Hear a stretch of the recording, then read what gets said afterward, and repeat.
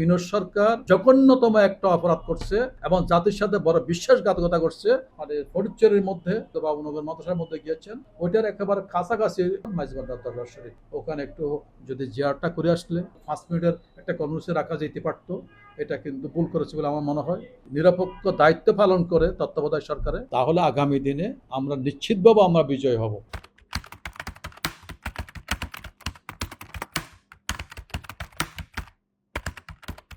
একদিকে বিএনপির 44 দলীয় জোটের প্রার্থী, অপরদিকে জামাত 11 দলীয় জোটের প্রার্থী। এই এত বড় বড় জোটের প্রার্থীর পরও আমরা যে এককভাবে প্রার্থী দেওয়ার পরে তাদের তো বুঝে নেওয়া প্রয়োজন, যারা ক্ষমতায় আছে বা ক্ষমতার পাশাপাশি আছে, অলি আল্লাহদের অনুসারীদের যে সমর্থক গোষ্ঠী কি পরিমাণ আছে, তারা সঠিকভাবে ভোট দিতে পারলে কিন্তু এখানে সবগুলো তারা নির্বাচিত হতো। বর্তমান প্রধানমন্ত্রী চট্টগ্রাম সফর করছেন, এটা আমরা স্বাগত জানাই। কারণ রাষ্ট্রের প্রধান একটা জেলার মধ্যে আসলে স্বাভাবিকভাবে ওই জেলার মধ্যে কিছু গুরুত্বপূর্ণ তিনি প্রতিশ্রুতি দিয়ে থাকেন, কিছু উন্নয়নের কর্মকাণ্ডের কথা বলে থাকেন, মানুষের কিছু অভাবের কথা শুনে তার তড়িৎ কিছু সিদ্ধান্ত দিয়ে থাকেন। এটা যে উনি যে চট্টগ্রামকে যে বেছে নিয়েছেন, এটার জন্য প্রধানমন্ত্রীকে স্বাগত জানাই, শুভেচ্ছা জানাই এবং আশা করব উনি ভবিষ্যতে চট্টগ্রামের দিকে আরও বেশি নজর দেবে, যেহেতু চট্টগ্রামের মধ্যে আরও অনেক বিষয় যে অভাব রয়েছে, এই অভাবগুলোর প্রতি তার সুনজর থাকবে। যারা কর্মসূচি নির্ধারণ করছেন, যে বিশেষ করে ধর্মীয় অঙ্গনে, মানে প্রধানমন্ত্রী তো বাংলাদেশের সকল সম্প্রদায়ের প্রধানমন্ত্রী এবং 18 বা 20 কোটি মানুষের প্রধানমন্ত্রী। তিনি কিন্তু কোনো একটা গোষ্ঠীর প্রধানমন্ত্রী নিশ্চয় না। তো যারা ধর্মীয় অঙ্গনে যে কর্মসূচিটা যারা নির্ধারণ করছেন প্রধানমন্ত্রীর, এখানে তারা অতিরঞ্জিত বা একপাশে কিছু বিষয় তারা চিন্তা করছে বলে মনে হয়েছে। এটা সামগ্রিকভাবে এটা প্রধানমন্ত্রীকে তারা ভালো মেসেজ দেয় নাই, বা প্রধানমন্ত্রীর জন্য যে মানানসই কর্মসূচি তারা নির্ধারণ করে নাই, এটা আমার মনে হয় তারা ভুল করেছে বলে আমার মনে হয়। যে দুইটা প্রতিষ্ঠানে গিয়েছেন, দুইটা ধর্মীয় প্রতিষ্ঠানে গিয়েছেন, এটাকে আমরা স্বাগত জানাই, কিন্তু পাশাপাশি আমার যেটা মনে হয়েছে, যেটা ভুল করছে বলে মনে হয়, যে এখানে যদি তিনি যে যে যেমন ফটিকছড়ির মধ্যে যে জায়গাটা, যে মাদ্রাসাটার মধ্যে বাবুনগর মাদ্রাসার মধ্যে গিয়েছেন, ওইটার একেবারে কাছাকাছি একটা দরবার শরীফ আছে, যেটা ঐতিহাসিকভাবে একটা স্বীকৃত এবং পরিচিত একটা দরবার, মাইজবান্ডার দরবার শরীফ। ওখানে একটু যদি জিয়ারটা করে আসলে কর্মসূচির মধ্যে সংক্ষিপ্ত 5 মিনিটের একটা কর্মসূচি রাখা যেতে পারত। এটা কিন্তু ভুল করেছে বলে আমার মনে হয়।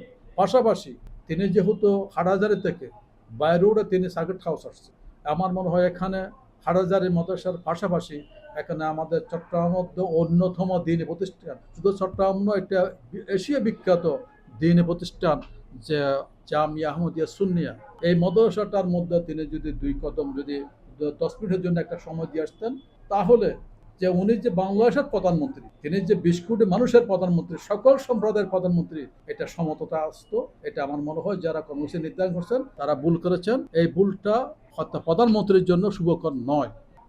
আমরা আশা করব যারা ভবিষ্যতে প্রধানমন্ত্রীর যারা কর্মসূচি নেওয়ার সময় বিষয়গুলো বিবেচনা করার জন্য।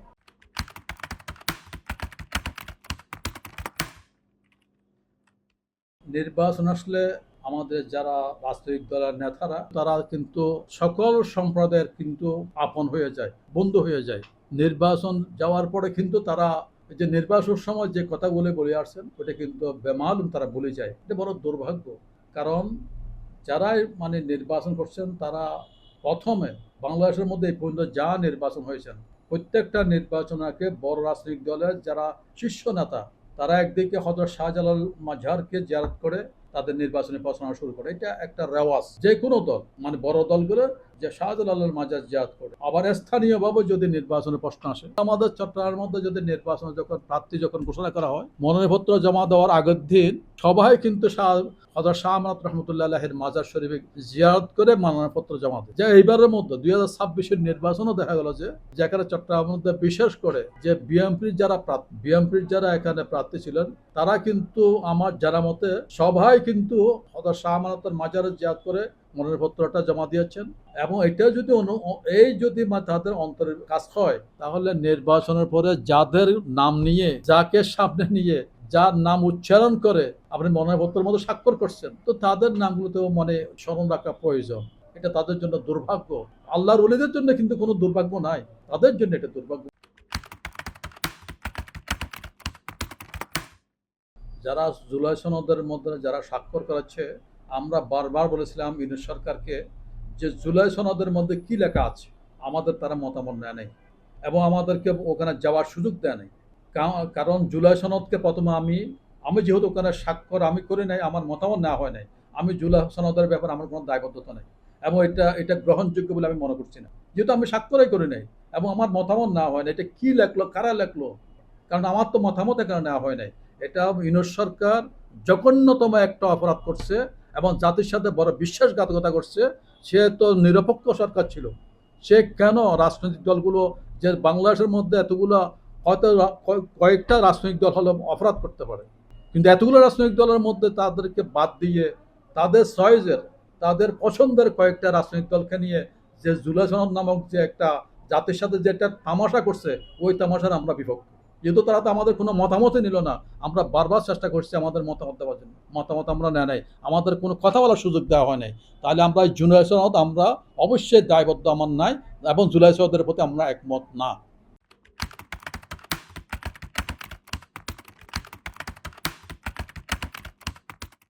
পরিকল্পনা বলতে এখানে তো ভোট দেওয়ার জন্য আমাদের লোকজন প্রস্তুত। এখানে যে বিষয়টা, একদিকে প্রশাসন এখন ব্যবহৃত হচ্ছে, যারা ক্ষমতার কাছাকাছি তারা ওইদিকে প্রশাসন ব্যবহার হচ্ছে, অপরদিকে এখানে সন্ত্রাসীরা ব্যবহার হচ্ছে, অপরদিকে কালো টাকা এখানে ব্যবহার হচ্ছে। এই যে কালো টাকা, প্রশাসন এবং সন্ত্রাসী, এদের মোকাবিলাটা যদি সত্যি সত্যি নিরপেক্ষ নির্বাচন যদি হয়, যেখানে আমরা কিছুটা আশার বাণী আমরা পাচ্ছি যে বর্তমান যে সংবিধানের মধ্যে যাওয়া যে তত্ত্বাবধায়ক সরকারের যে পুনর্বহাল হলো, এটা যদি আসলে তত্ত্বাবধায়ক সরকার যদি নিরপেক্ষ যে ব্যক্তিরা যদি নিরপেক্ষ দায়িত্ব পালন করে তত্ত্বাবধায়ক সরকারে, তাহলে আগামী দিনে আমরা নিশ্চিতভাবে আমরা বিজয় হব ইনশাল্লাহ। স্থানীয় সরকার নির্বাচনে অংশগ্রহণ করব, আমাদের প্রস্তুতি চলছে। আমরা কিন্তু ইনশাল্লাহ ইতিমধ্যে আমাদের রোড লেভেলে আমাদের ইতিমধ্যে নির্দেশনা দেওয়া হয়েছে। বিশেষ করে আমরা ইউপি নির্বাচনের মধ্যে যে মেম্বারের বিষয়টা এবং কাউন্সিলের বিষয়টা আমরা অধিক গুরুত্ব সহকারে নিচ্ছি। আল্লাহর মেহেরবানিতে আমরা আশা করছি যদি সঠিক নির্বাচন হয়, মানুষ যদি ভোট দিতে পারে, তাহলে ইনশাল্লাহ আমরা স্থানীয় নির্বাচনের মধ্যে একটা ভালো রেজাল্ট আমরা পাবো। আমরা মেয়র নির্বাচনের মধ্যে কোনো জোটবদ্ধভাবে নির্বাচন করব না। আমরা মেয়র নির্বাচনের মধ্যে আমরা যদি সামর্থ্য থাকে আমরা এককভাবে নির্বাচন করব, জোটবদ্ধভাবে আমরা নির্বাচন করব না, আমরা এককভাবে নির্বাচন করব। আমরা আমাদের কিন্তু 1991 সাল থেকে এই পর্যন্ত আমরা কিন্তু এককভাবে নির্বাচন করছি। আমরা আওয়ামী লীগের সাথে জোটগতভাবে নির্বাচন করি নাই, জাতীয় পার্টির সাথেও করি নাই, বিএনপির সাথেও করি নাই, অন্যান্য দল তো বাদে দিলাম। আমরা এককভাবে পর্যন্ত নির্বাচন করে আসছি। আমরা স্বতন্ত্র আদর্শের উপর নির্ভর করে, আমাদের কাছে ক্ষমতাটা কিন্তু মুখ্য না।